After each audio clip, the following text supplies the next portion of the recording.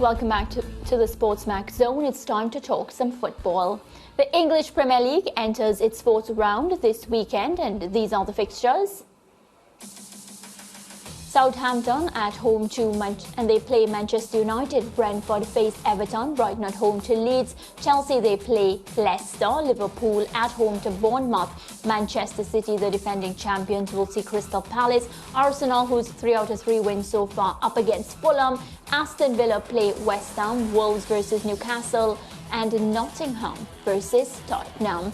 Ahead of their 3-match away to Southampton, Manchester United's manager Erik ten Hag has revealed that Anthony Martial is again injured, but new signing Casemiro is fit and raring to go.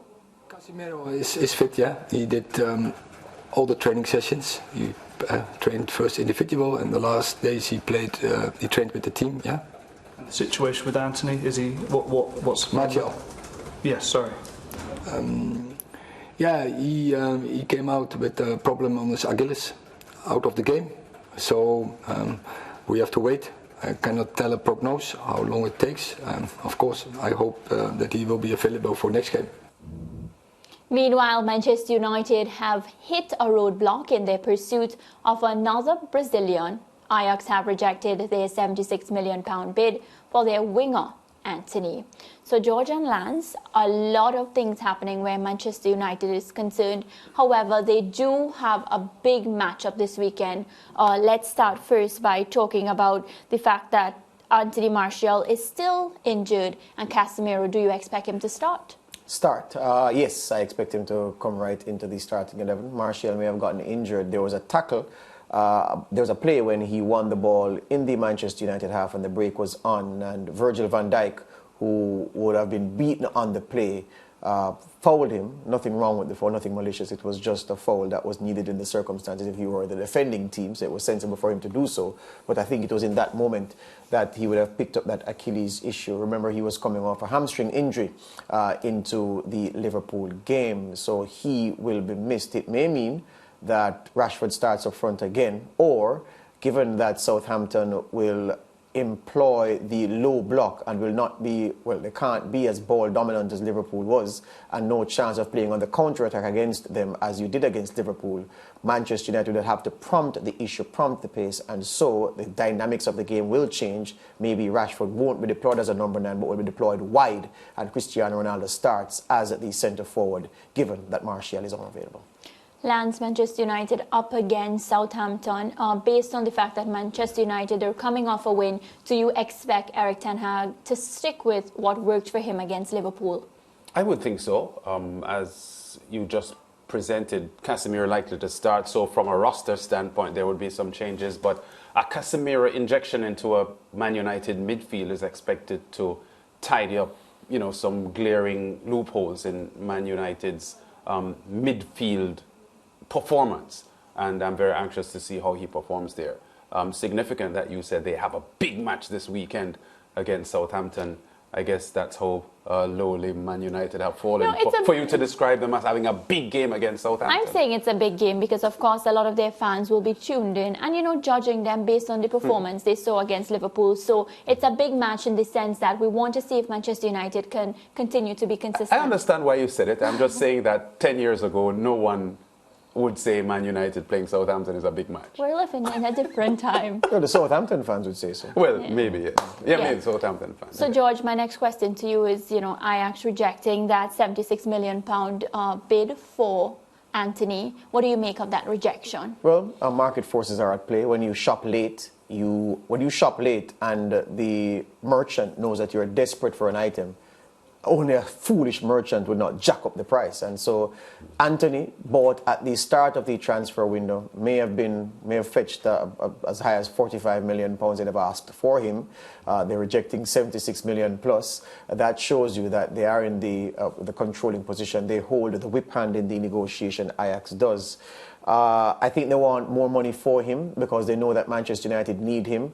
Do Manchester United need him on their side? Yes, they do, because people keep saying, well, he's more of the same of what they have. So you have Rashford, who plays, his best position is wide on the left.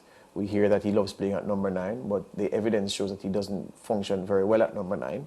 So wide left is his best position. Anthony Martial likes playing there, even though he's deployed as a centre forward in the Ten Hag system. And then Jadon Sancho can play either right or left, but he prefers playing on the right.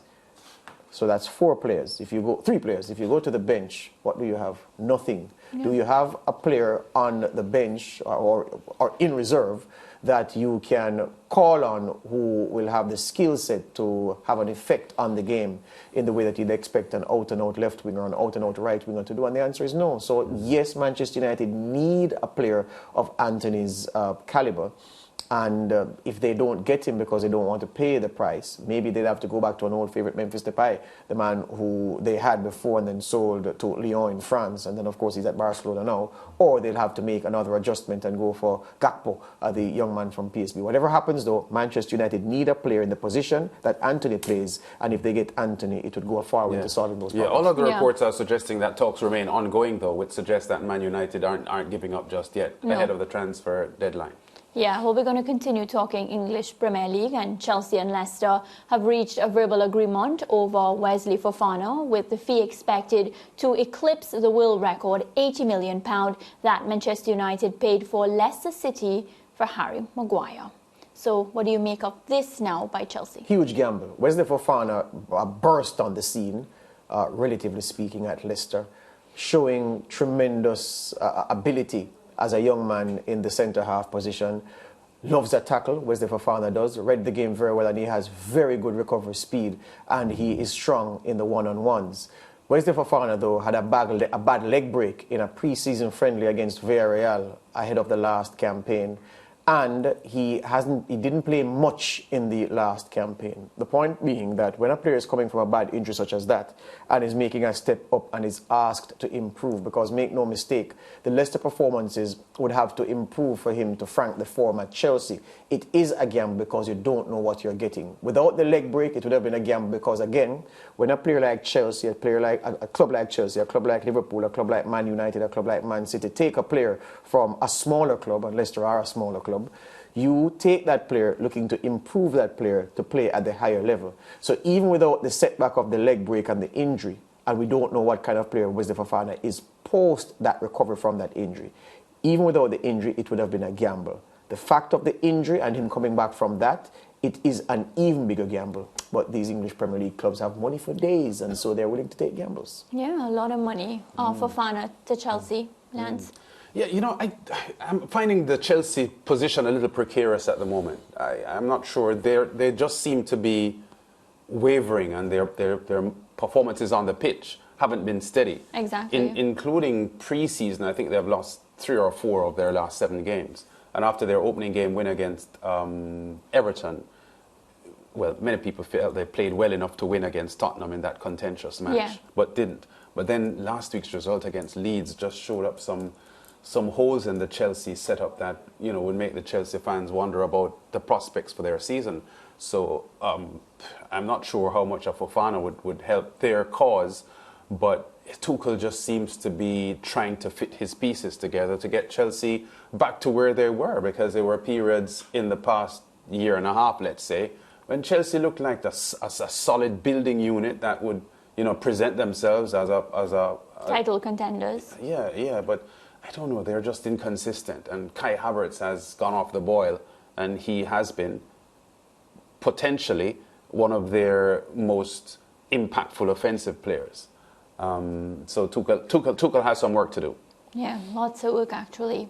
Meanwhile, Chelsea's manager, speaking of him, Thomas Tuchel, will serve a 1-game touchline ban against Leicester this weekend following his fiery clash with his Spurs counterpart Antonio Conte. The German says accepting the punishment is difficult when he is the only manager being punished. I think there are 2 sides to it. The one side to it is that I got a red card and I behaved in a way which is not appropriate and which I regret, but it was out of passion. It was not, I don't think it was too aggressive, and it was out of passion. And I can accept that if I get a red card during a match, if this is the decision, that I have a touchline ban and then I'm fined. This is the one side to it. And I don't dispute it and I can accept it. What is hard to accept is the context. that I don't think that I started the aggression started earlier, and I don't think I was the only person involved. And we both got a red card, and a player pulled another player by its hair 2 minutes earlier. He can play on, he's not banned, and for a firm handshake at the end of the match, one coach is banned. This is very hard to accept, but I have to accept it, but put it into context, I can absolutely not understand.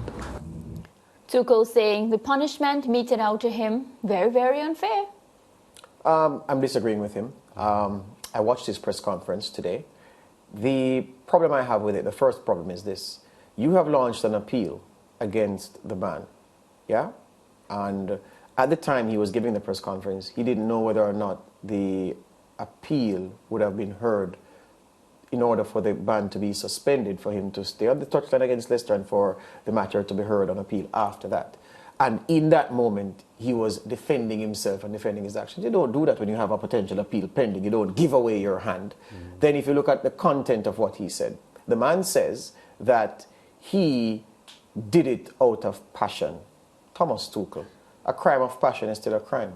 If two lovers are in a dispute and because of tensions and emotions becoming inflamed and one kills the other, it is still murder. Yeah. It is still a crime of passion. So there's no excuse to say I acted in a manner that was unbecoming of my role and position out of passion, so please excuse me. That can't hold. The other thing is the FA would have interpreted his handshake as an invitation to conflict. By virtue of how you shook Antonio Conte's hand, you were inviting him to violently grab his hand away from yours and to inflict physical harm on you, to push you at a safe distance away from him. Luckily, Conte declined beyond arguing back. That's why the FA banned him, and that's why the decision is right. Yeah, what's the fact is, well, he's talking from his perspective, and obviously he's going to defend himself and speak boldly from his position to try to defend his actions. But to even describe what he did as a firm handshake, it was more than a firm handshake. As George mentioned, it was an aggressive handshake, and it was a handshake that was provocative, and it invited a reaction from Conte.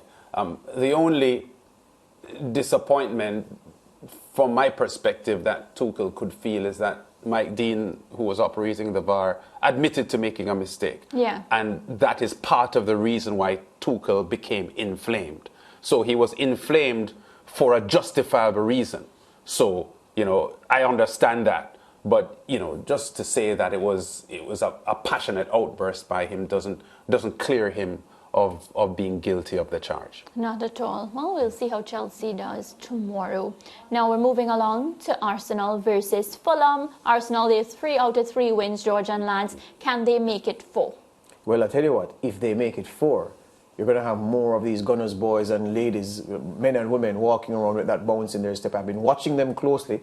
We all know many Gunners fans, and they are tentatively on the borderline of being of adopting braggadocio in their dealings. Yeah, they're being very cautious, but 4 out of 4 would put them up. Listen, this team is playing so well right now. The form that we saw in pre-season has carried through to the start of the campaign. They are ruthless, the Gunners are. They have goals from everywhere. The team is clicking. The team has rallied around the young leader, Martin Odegaard. Gabriel Jesus has something to prove. You can't be a professional in any field of endeavor and not have something to prove when you go to work. Gabriel Jesus plays like a man who has something to prove. They have quality in the defense. They have quality in goal. And they have a young manager who's hungry to set the record straight and prove that he really is among the elite managers in the league. I see the Gunners having a strong season, and I see them playing well, and I see them winning 4 straight. Yeah, George mentions Mikel Arteta. When he manages this game against Fulham on the weekend, it will be his 100th game as Arsenal's manager. Talk to us, Lance, about, just the growth from when he started, because when Mikel Arteta started with this team, he was not getting the sort of praises that he's been getting. No, because he took over an Arsenal team that was in transition. Unai Emery hadn't done very well with them. And the first season and a half or 2 of Arteta weren't much better or any better in many ways than Unai Emery had left it. So there are many periods in his leadership that were stagnant as far as Arsenal were concerned. But a lot of Arsenal purist fans would have suggested that it was a work in progress and they were willing to give him time. And now we're seeing the fruits of that. And they are, I think at the moment, very satisfied about what is happening. Again, though, it's still very early in the season. We're in August and the season has 8 or 9 months. So the pressure for Arsenal is to remain consistent and continue this kind of football going into February, March, April next year, which is going to be the true test of Arteta's job. Let me add quickly before you move, though, that managers need to be aware of milestone games. You mentioned the fact that this game would be Arsenal's 100th. Arteta's. Yeah, Arteta's 100th. Yes. We recall very well what happened in Arsene Wenger's 1000th game in charge of Arsenal.